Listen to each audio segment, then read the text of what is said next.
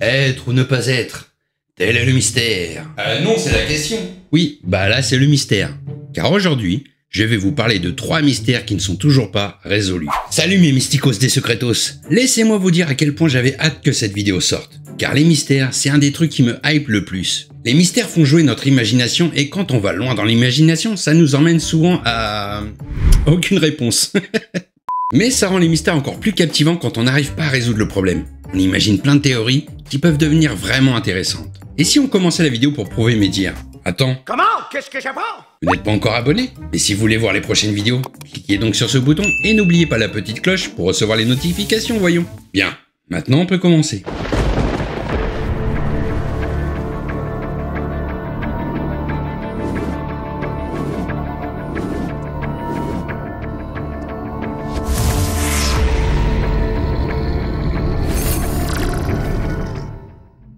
Connaissez-vous la légende du bateau fantôme appelé la Marie Céleste? Non? Bah, je vais vous la raconter, je suis là pour ça. Nous sommes le 4 décembre 1872. Le Dei Gracia, un brigantin anglais, commandé par le capitaine Morehouse, navigue au large des Açores.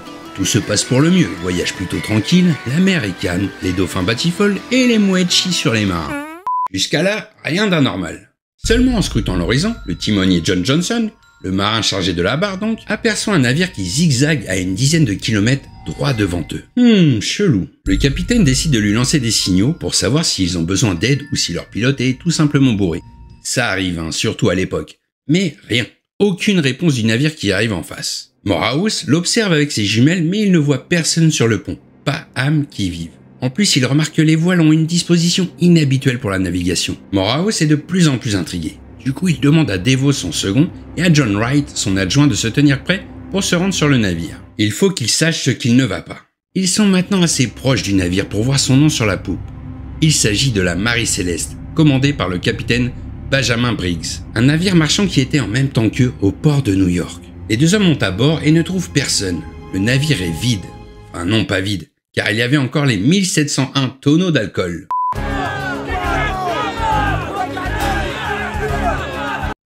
Dénaturé. Ainsi que des provisions. Mais pour le moment, aucune trace du capitaine Briggs, de sa femme, leur fille et des membres d'équipage.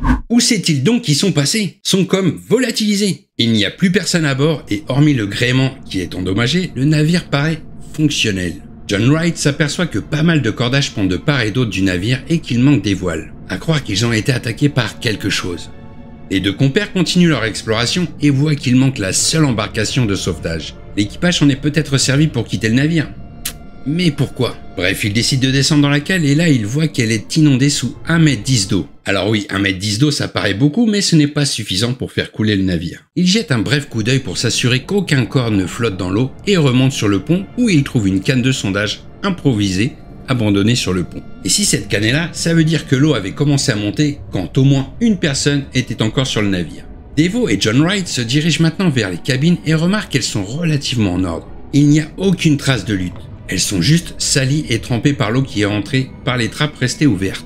Dans la cabine du capitaine Briggs, il découvre un piano à palissandre placé contre une paroi et divers objets personnels dont un sabre dans son fourreau. Mais les documents du navire et les instruments de navigation ont disparu. Cependant, il trouve le livre de bord dans la cabine du second de Briggs. Il le consulte et voit que la dernière entrée était datée du 25 novembre 1872, soit 9 jours avant la découverte du navire par le Dei Gracia et 18 jours depuis leur départ de New York. Plus rien après cette date. Après avoir fini l'exploration à l'atmosphère très pesante de la Marie Céleste, Devo et Wright retournent sur le bateau pour rendre compte au capitaine. Ils lui racontent que selon eux, le navire a été abandonné précipitamment, probablement par la chaloupe manquante et que la cargaison d'alcool dénaturé et de provisions semble complète. Du coup, en entendant ça, Morehouse décide de ramener le navire au port de Gibraltar, situé à environ 1100 km de leur position. Alors, pourquoi Morehouse veut s'embêter à ramener la Marie Céleste au lieu de prendre ce qu'il peut et tracer sa route? Eh bien parce que selon le droit maritime de l'époque, un sauveteur pouvait prétendre à une belle part de la valeur du navire et de sa cargaison en le rapportant au port. Comme les cales étaient pleines, ça valait le coup. Après, il serait tombé sur le Victorieux, le bateau du pirate de la Buse, avec son butin estimé à 4 milliards d'euros. Je pense qu'il aurait réfléchi à 2 fois avant de le rapporter au port. Donc il répartit son équipage en deux et laisse Devo et les 2 marins les plus expérimentés ramener la Marie Céleste direction Gibraltar. Leur retour a été difficile étant donné le manque d'équipage pour chaque navire, mais ils arrivent sans encombre. Le Dei Gracia arrive le 12 décembre 1872 alors que la Marie Céleste arrive le lendemain car elle a été prise dans un banc de brouillard. Là, j'avoue que je ne comprends pas trop comment la Marie Céleste a été prise dans un banc de brouillard, mais pas le Dei Gracia. Ils devaient pas être si loin l'un de l'autre pourtant. Bref, une fois arrivée au port de Gibraltar, la Marie Céleste est immédiatement immobilisée par le tribunal maritime. Les audiences débuteront 5 jours plus tard. Durant les audiences, de nombreuses hypothèses sont émises, comme l'attaque des pirates. Mais des pirates qui auraient laissé toute la cargaison sur place, ça paraît peu probable.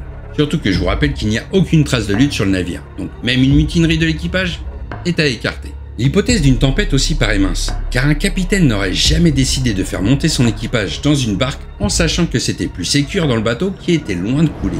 Le kraken ou un calamar géant est aussi mentionné dans cette affaire, car les histoires de monstres marins étaient très répandues à cette époque. Et se faire attaquer par un calamar géant aurait suffi au capitaine pour faire évacuer l'équipage de la Marie Céleste.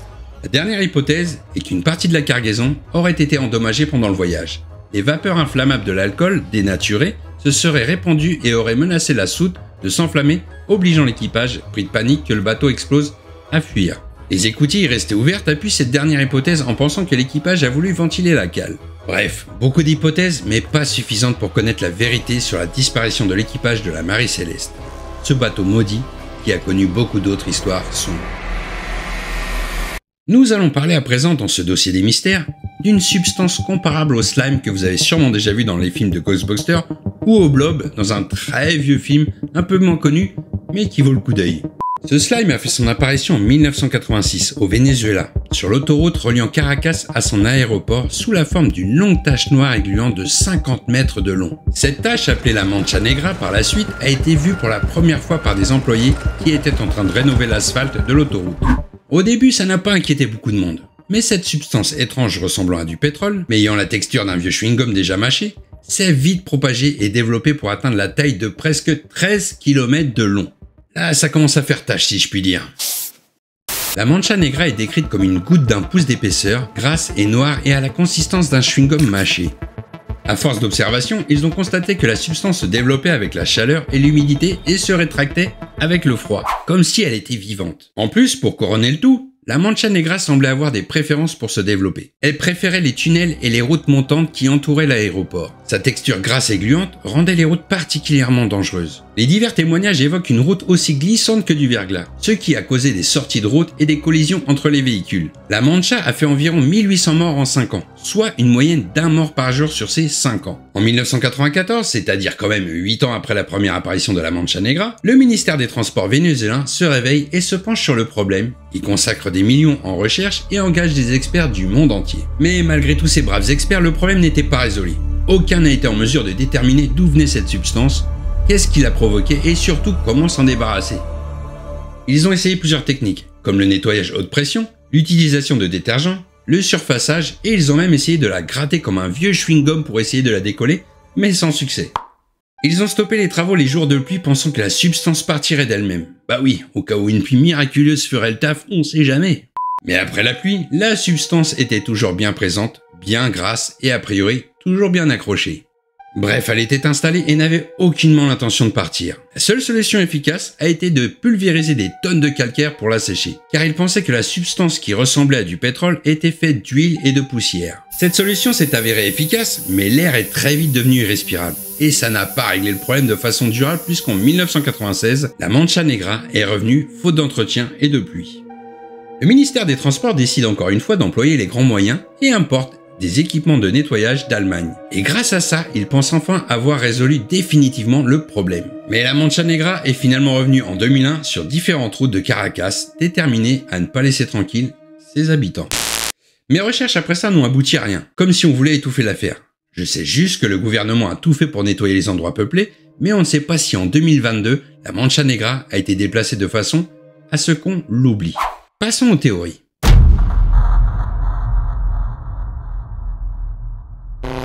Certains ont pensé que les eaux usées des bidonvilles aux alentours se sont infiltrées sous l'asphalte, ce qui a déclenché une réaction chimique et par conséquent donné naissance à la Mancha Negra. D'autres ont pensé que la Mancha Negra était le fruit d'un asphalte bon marché et de mauvaise qualité. Mais cette théorie a vite été démentie par le ministère des Transports. Bah tiens, comme si que le ministère allait nous dire « Bah si c'est nous, dis donc !» Pour finir, la théorie la plus probable et la plus acceptée de tous était que la substance résultait d'un nombre incalculable de véhicules en mauvais état qui perdaient divers fluides créant la pâte visqueuse sur la route.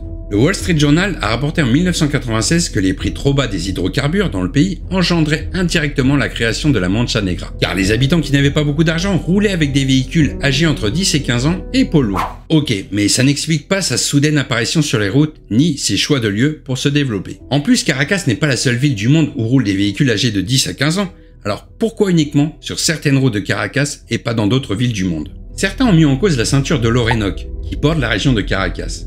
Mais dans ce cas, pourquoi est-ce que ces gisements de pétrole remontent seulement par l'asphalte et pas dans la nature environnante? Même les hommes politiques se sont emparés du sujet pour se tirer mutuellement dans les pattes. Des allégations ont été faites affirmant que les opposants politiques de Carlos Andrés Pérez salissaient volontairement la route pour ternir la réputation du gouvernement en 1992. Puis en 2001, la substance a de nouveau été utilisée à la suite de la révolution bolivarienne. Le maire, Freddy Bernal, a déclaré que l'opposition avait payé des sans-abri pour répandre la substance au moyen de sacs plastiques pendant la nuit. Au Venezuela, les hommes politiques débordent aussi d'imagination, mais jusqu'à présent, personne n'a été en mesure de trouver comment et pourquoi se forme la Mancha Negra. Appelez SOS Fantôme les gars. C'est à la transition de merde. Pour ce dernier dos, nous allons rester sur la route, enfin plus précisément sur un pont en Écosse. Je vous préviens tout de suite, l'histoire de ce mystère n'est pas joyeuse. Ah, l'Écosse, ses paysages verdoyants, ses légendes et ses châteaux hantés. Eh bien, croyez-le ou non, mais il n'y a pas que les châteaux qui sont hantés. D'après les croyances locales, le pont d'Overton, situé à Milton, à environ une trentaine de kilomètres à l'ouest de Glasgow, serait hanté lui aussi. Il y aurait une force inexplicable sur ce pont qui pousserait les chiens qui s'y trouvent à se jeter dans le vide. Oui, c'est horrible, je sais, et je vous avais prévenu. Depuis 1950, 600 chiens ont sauté du pont, haut de 15 mètres, et une cinquantaine se sont tués. Le plus incroyable est qu'une fois tombés, certains chiens sont remontés sur le pont pour se jeter à nouveau dans le vide. Devant ce phénomène pour le moins étrange, il y a deux teams, les rationnels et les adeptes du paranormal. Du côté des rationnels, il y a les divers scientifiques et spécialistes qui ont cherché des preuves matérielles qui pourraient expliquer ces tragédies. Car ils sont unanimes, les chiens ne peuvent pas se donner la mort volontairement. Envisager de se suicider est impossible pour un chien, car ça implique des activités cognitives complexes. C'est-à-dire qu'il faut être capable de déterminer que telle action entraînera la mort, mais aussi il faut être conscient de sa propre existence et être capable de se projeter dans l'avenir et finalement en déduire que seule la mort est une porte de sortie. Bref, c'est tout un schéma pour en arriver là. Alors oui, Scooby-Doo est intelligent mais pas au point de vouloir se donner la mort. La SPA écossaise a cherché à trouver une explication à ces drames. Elle a donc engagé divers scientifiques et spécialistes afin de comprendre ce qui pousse les chiens à sauter dans le vide. Les spécialistes pensent que comme les chiens ont une ouïe plus fine et plus sensible que les nôtres, ils entendent des sons imperceptibles pour les humains et causeraient leur action sur ce pont. Cependant, cette histoire tombe vite à l'eau car les recherches acoustiques n'ont absolument rien donné. Donc comme ce n'est pas l'acoustique du pont, les scientifiques mettent en cause sa configuration. Les murets sont faits en granit et le pont est entouré de végétation. Les cimes des arbres en contrebas sont visibles et laissent penser que le sol est juste derrière le muret. Les chiens qui ne voient rien à cause du parapet sont attirés par les odeurs portées par la rivière et franchissent le muret de granit sans être conscients de la hauteur qui les attend derrière. En plus, la région a fait l'objet d'une réintroduction de visons d'Europe en 1920 et en 1950, année où les suicides ont commencé. Les visons étaient désormais bien présents, notamment aux abords de la rivière qui coule sous le pont. Et pour étayer cette théorie, des chercheurs ont remarqué que ce phénomène touche principalement les races de chiens à museau long, de type Labrador et Collie. Et les sauts ont toujours lieu du côté droit du pont, et partent en sec. Mais cette théorie soulève alors une autre question. Si les chiens sautent parce qu'ils sont attirés par l'odeur des visons qui sont en bas, dans ce cas, pourquoi les chiens qui ont sauté remontent aussitôt pour sauter à nouveau? Et c'est là que les adeptes du paranormal entrent en scène. La légende locale raconte que bien avant la construction du pont, les Celtes considéraient que ce lieu était une brèche vers l'autre monde. Pour d'autres, le pont maléfique est sous l'influence du manoir situé à une trentaine de mètres de là, et serait hanté par ses anciens propriétaires. Notamment une femme, habillée d'une longue robe blanche. Ferait-elle partie de la longue liste des dames blanches? Teaser pour la prochaine vidéo? Je ne sais pas. Paul Owens, un professeur de religion, explique qu'une fois arrivé sur le pont, il a senti comme une poussée inexplicable dans son dos, comme si on voulait le pousser au-dessus des barrières. Les maîtres des chiens qui ont sauté ont tous remarqué un changement de comportement de leurs chiens juste avant qu'ils sautent, comme si le pont aurait une influence sur le comportement. C'est ce que relate également la triste histoire de Kevin Moy, qui, pris d'une crise de folie passagère, a jeté son bébé de 2 semaines du haut du pont, car selon lui, son bébé était l'Antichrist. Il tentera de se suicider de ce même pont quelques semaines plus tard. La rumeur dit qu'il était sous l'influence de la drogue lorsqu'il jeta son bébé, mais lui affirme qu'une force l'y a poussé. Les témoignages sont nombreux et je ne peux pas tous vous les citer car sinon je vous fais un film. Mais je vous en ai sélectionné 3. Celui de Donna Cooper pour commencer, qui explique qu'elle se promenait avec Ben, son border collie, quand soudainement il s'est arrêté. Il a posé ses pattes avant sur le rebord du pont et a sauté. Je vous passe les détails mais malheureusement la chute lui sera fatale. Bien que la hauteur cause de lourdes chutes, elle n'entraîne pas systématiquement la mort du chien, comme le témoigne Kenneth Maker au Daily Mail en 2006. Il raconte alors que Hendrix, son Golden Retriever, a lui aussi sauté du pont. Il explique qu'il était avec sa compagne et leurs enfants lorsque brusquement, le chien a sauté. Fort heureusement, il s'en est sorti avec quelques blessures. Cette force maléfique a également été ressentie par Jenna, qui habite Glasgow. Elle se promenait et une fois arrivée au niveau du pont, elle raconte que l'air est devenu irrespirable. Elle a soudainement eu le souffle coupé. Vous savez cette sensation que vous avez quand vous ratez une marche et êtes à 2 doigts de vous vautrer dans les escaliers? C'est ce qu'a ressenti Jenna la première fois qu'elle est allée sur le pont. La deuxième fois qu'elle y est allée, elle a eu le sentiment que quelque chose de terrible allait se produire. Elle a vu une femme sur le pont avec son chien qui refusait d'avancer. Pris de panique de son sentiment, Jenna a vite quitté les lieux et n'est plus jamais retournée là-bas. Plus tard, elle apprendra que cette semaine-là, plusieurs chiens ont sauté du pont. Vous l'aurez compris, à l'heure actuelle, ce phénomène reste un mystère et les chiens et même les humains ne sont pas tous égaux face à ce phénomène. Si le cœur vous en dit, vous pouvez aller mener l'enquête et vous faire votre propre opinion. Mais ne revenez pas me dire que je vous avais pas prévenu sur le mystère du pont d'Overton. On arrive à la fin de cette vidéo, j'espère qu'elle vous a plu et que ces 3 mystères vous ont fait des petits papillons dans le ventre. Moi j'ai une petite attirance plus prononcée sur le bateau de la Marie Céleste, car je suis comme aimanté dès que j'entends un mystère ou une légende survenue en mer. C'est comme quelque chose qu'on peut pas atteindre et qu'on ne peut pas voir. Ça me fait grave kiffer. Et en plus, la mer nous cache encore tellement de mystères que je n'aurai pas assez de toute ma vie pour vous les raconter. Et vous, quel mystère vous a le plus intéressé et pourquoi? D'ailleurs, si vous avez d'autres mystères que vous aimeriez voir sur cette chaîne, n'hésitez pas à me le dire dans les commentaires. J'en ferai sûrement un prochain sujet. En attendant, nous, on se retrouve très vite pour une prochaine vidéo. Allez, ciao!